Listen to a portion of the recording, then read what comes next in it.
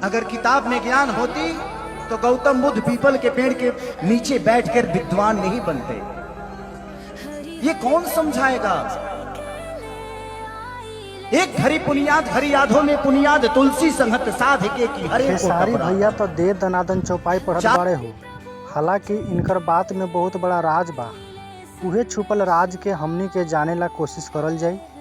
कहल जाला 5-10 बरस रह संतन के टोली, तब जाना एक बोली। देखो भैया, बात ऐसन बाकी एगो होखला परा विद्या आ एगो होखला अपरा विद्या। अपरा विद्या में जितना हमनी पढ़ाई कैले बानी स्कूल में, चाहे जितना ई सब आँख के सामने बा, किताब के पढ़ाई, नौकरी के पढ़ाई, बिजनेस के पढ़ाई, आज ई तू गावत बाड़ा न, ई सब अपरा विद्या में आवला। अब सुनो परा विद्या के बारे में। परा विद्या दू तरह के होला, एक बाह्य तत्व ज्ञान और दूसरा अभ्यंतर भेद साधन। बाह्य तत्व ज्ञान में गुरुकुल की शिक्षा, वेद वेदांग की शिक्षा, शस्त्र और शास्त्र की शिक्षा, ये सब दिया जाता है। दूसरा अभ्यंतर भेद साधन।